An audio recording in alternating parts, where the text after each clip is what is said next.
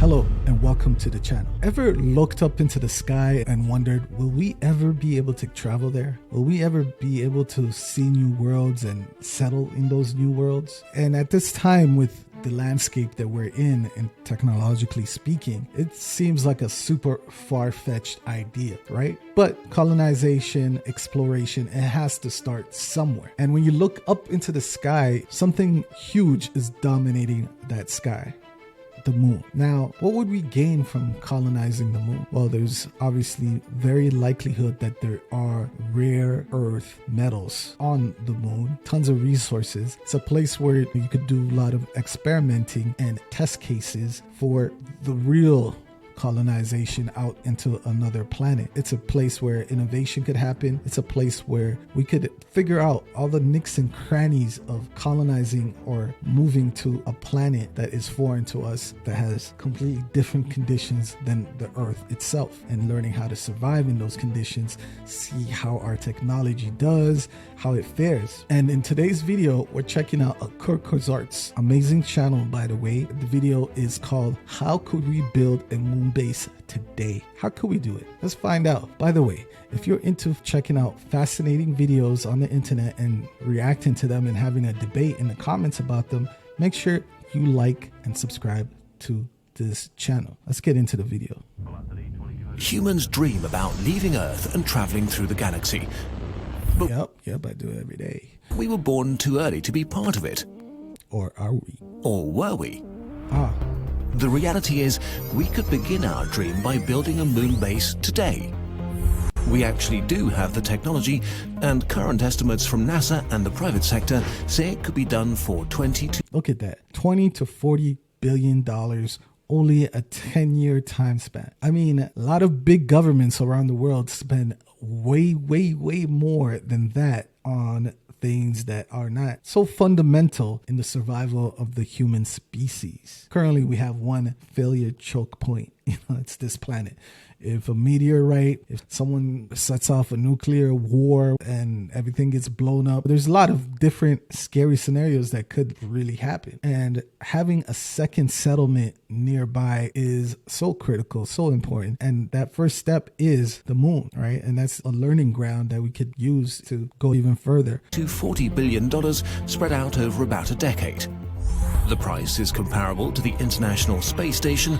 So we've done something like that with the space stations. This is even a bigger deal, I think. Or the budget surplus of Germany in 2017. Wow, look at that. So just the budget surplus of Germany in 1 year could pay for this project. Imagine all the high net worth, like the rich countries, get together and each of them throw $5 billion. You'll be at 40 billion like that. Not that big an investment, really. The payoff would be immeasurable. The moon is... Yeah, I wonder how would it work though. Would people scramble to start drawing lines and borders on the moon? I think the UN has some kind of charter where all the countries have agreed that the moon is for everybody. But, once real economic value is starting to develop on the moon, countries are going to start claiming parts and claiming territories. And that should not happen. The moon should be for everybody. It's been for the whole globe. It circles around the whole earth. It's like claiming the sun. It should not be possible to do that. is a sandbox to develop new technologies and exploit unlimited resources. It would start a new space race and lay the foundation for us to spread out into the solar system and beyond. It would... Yeah, footsteps. It'd be the first footstep towards colonizing the solar system and securing life as we know it. At the current moment, the only life we know that exists in the universe is right here on Earth. At the position that we hold on this planet, we should be caretakers of that and make sure we take steps to ensure its survival. I mean, we're actually, not doing a great job when it comes to making a lot of different species go extinct, but we need to learn from that and continue to move forward with ensuring that if any crazy thing happens, some form of life survives. would create a vast array of new technologies to benefit us on Earth, and we would all be part of it. So why aren't we doing it? Well, sadly, it's hard to get governments interested in long-term investment. You can't buy votes by spending money on the moon, I guess. In the future of humanity. Let's imagine just doing it. If we Yes, Kurzgesagt. Let's just do start it. today, how would we build a moon base?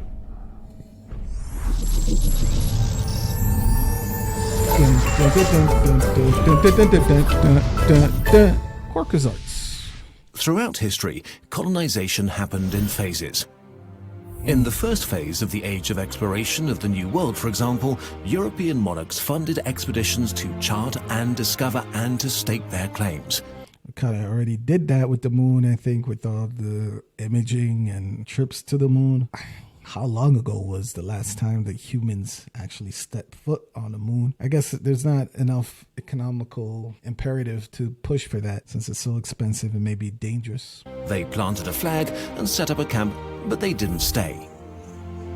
In the second phase, small missions set up outposts and settlements were founded, which were still very dependent on their home countries for supplies. It's just like the moon would be, I think, at the beginning, right? Unless they figured out how to ship a whole lot of things to make it self-sustaining. It's going to be tough for the first phase, for sure. Some failed, but others survived and established a permanent presence. Only then, in the third phase, did a true colony form to which tradesmen and labourers could emigrate, creating new wealth and opportunities for themselves and their families, sending extreme wealth back to their countries of origin. When we colonize the moon, we'll go through the same three phases. This time, without murdering millions of innocent people in the process. I like that. The moon is not a welcoming place for living things. A moon day lasts 29 Earth days. Jeez. One moon day lasts 29 Earth days. Jeez. Wow. I guess you get to stay young forever on the moon, or you age, I guess it's all perspective, or you age really fast. With a difference of nearly 300 degrees Celsius between sunlight and shade. Oh my God. Oh my goodness. What? 127 Celsius minus 173. Talk about extremes on both ends. What? Maybe there's a narrow band here where it's like a blend. That'll be a little cooler. There's no atmosphere to shield us from meteorites big and small. This is a big problem right there. I think it's sort of similar on Mars since it has such a thin atmosphere. You see, like, this is a perfect test case right here. If you could figure out how to set up settlements in such an environment and it survives bombardments, means it's very workable. Small or cosmic radiation. The radiation is another big one. Ooh. Worse still, the lunar surface is covered in a layer of nasty, jagged dust.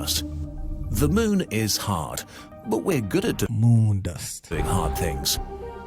In the first phase of lunar colonization, our explorers proved it can be done, that a new world can be reached.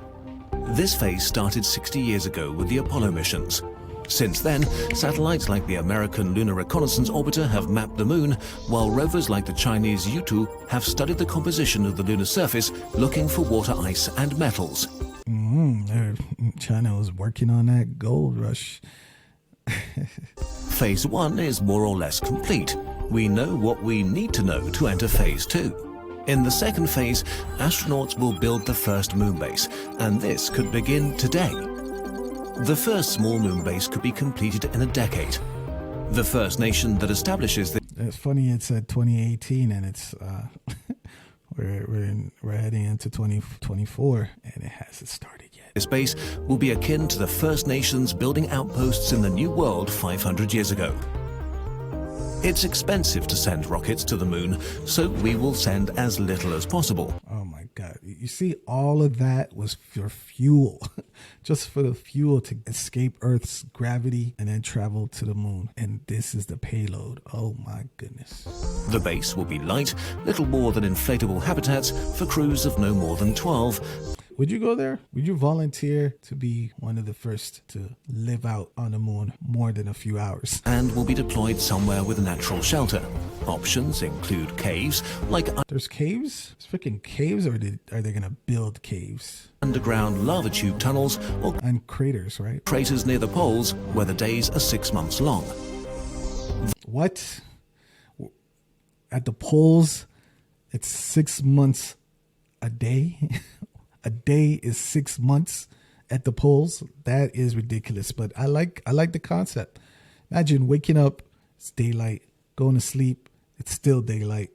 Waking up the next day, it's daylight. daylight, daylight, daylight, daylight. These astronauts will not stay long. The I think that's perfect for solar power. habitat is likely to be abandoned between missions, as solar panels cannot generate electricity during the lunar night. Oh, so they would have to leave the location of the pole. But they'll do the groundwork to enable humans. You'd basically have two homes, every 6 months you move from one side to the other. Or if they build the infrastructure to just get power, solar panels on each end, and it travels in between where they need it. To stay permanently. Our first crew will consist of scientists and engineers who will study the composition of the moon. Construction work on the moon. Imagine you're a construction worker and someone asks, well, what are you doing? What's happening with you? Well, I'm starting my first day on the job. Going somewhere exotic.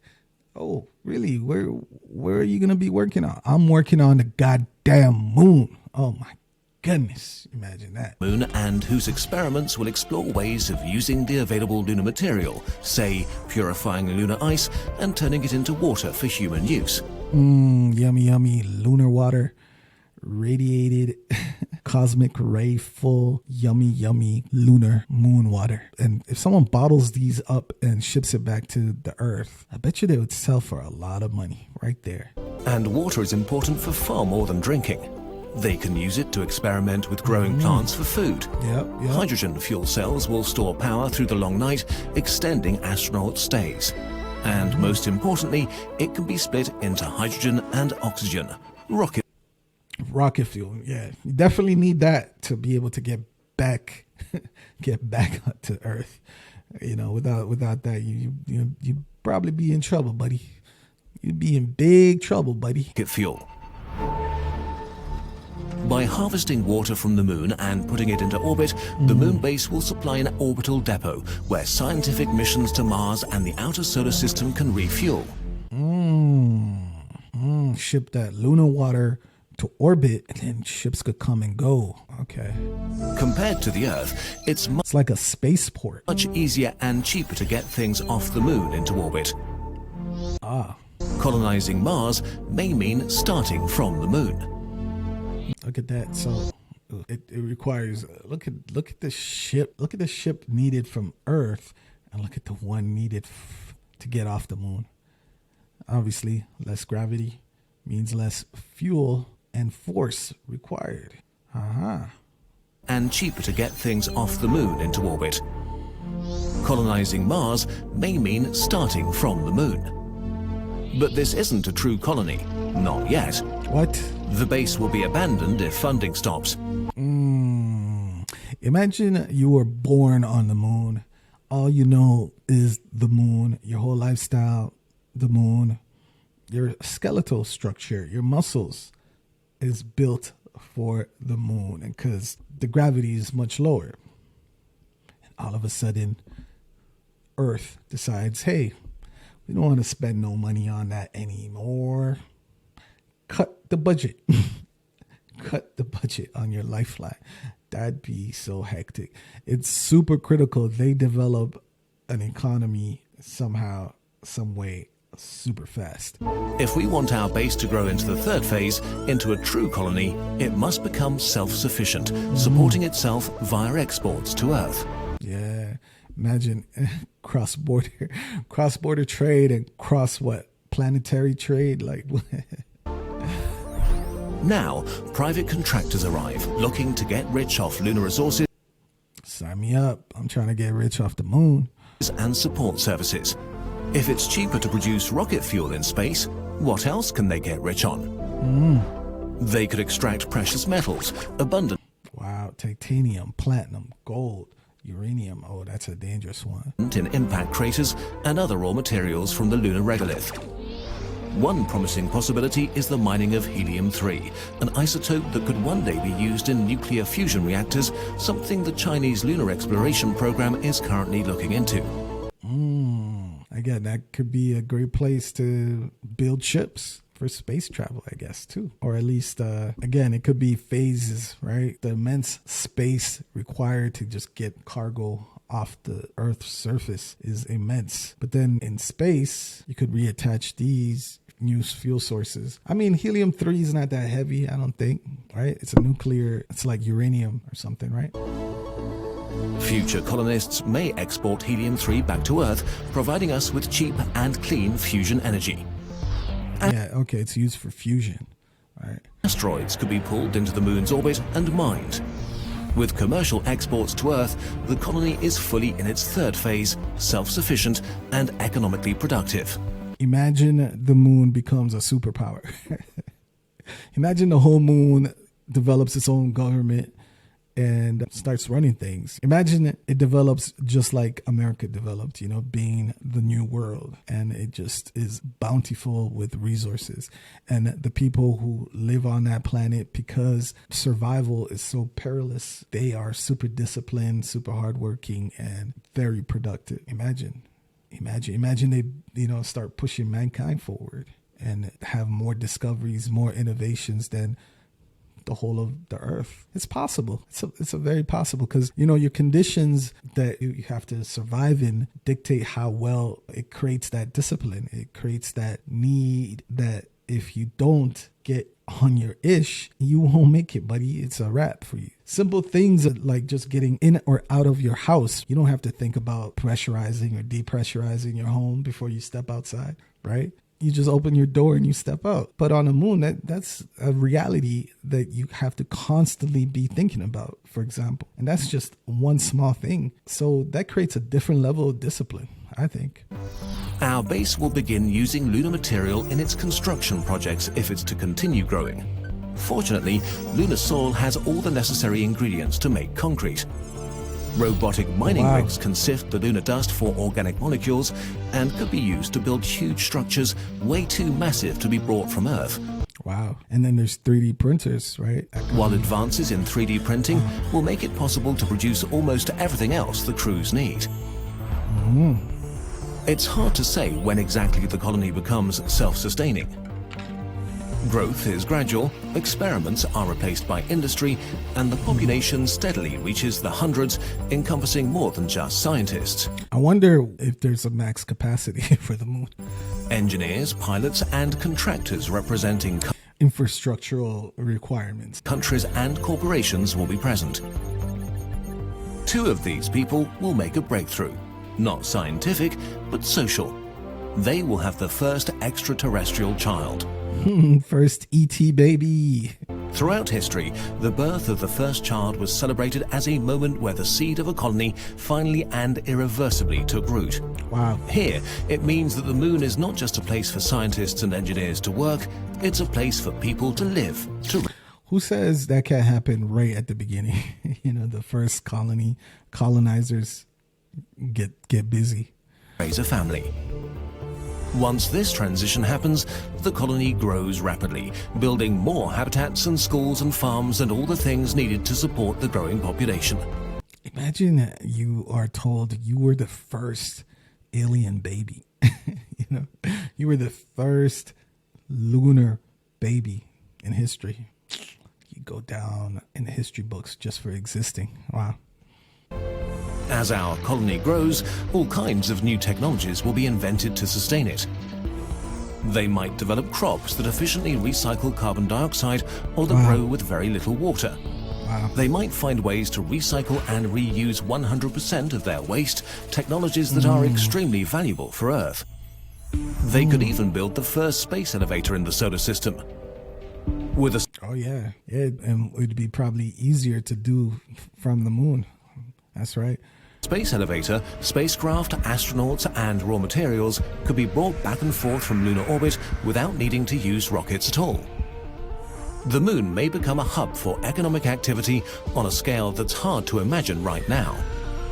It's hard to say who will own the colony at this point. That's what I'm saying. Is there going to be wars breaking out just to grab territory? It's crazy. Will the first person born on the moon take the national identity of their parents, or will a new generation melt United States of the moon together into a new lunar society?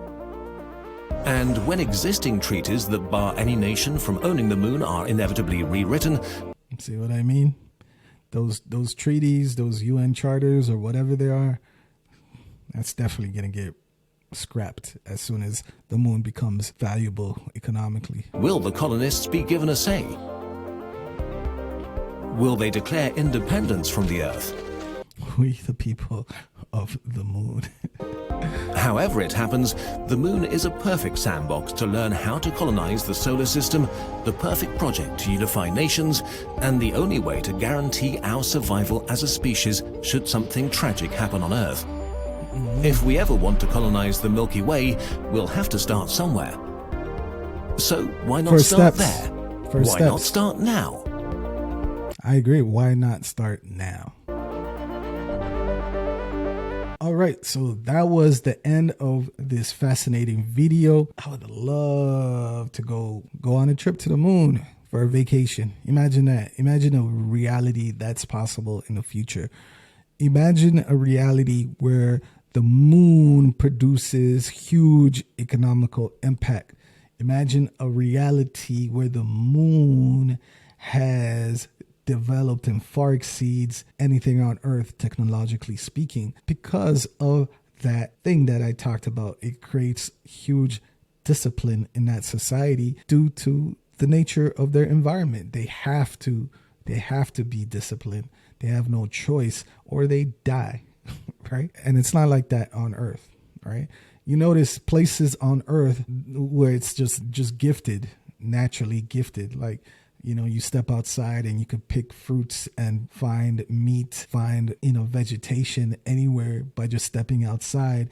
Those areas tend to not exceed too well economically, right? Let's say it that way. And that's because there's no forced discipline required to survive in that place. Human nature is always going to recede to the minimum requirement. It's just built into us. It's built into the id in your psychology, where most people are going to just do the minimum to survive, right? And if you make the minimum very high, that discipline spills into everything else. And the moon is a whole nother level of discipline requirement. It might be the technological hub of mankind in the future. And so this is very interesting. I hope they get started with it. Let me know what your thoughts on this. Do you think we should leave the moon alone? Don't touch it, right?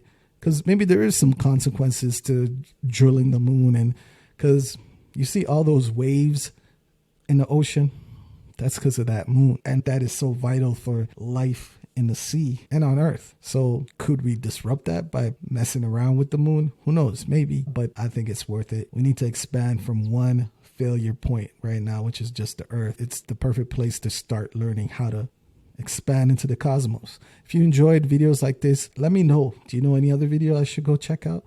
Put it in the comments. I want to know your thoughts on all of this and on this video. I'll see you in the next one. Thanks for watching.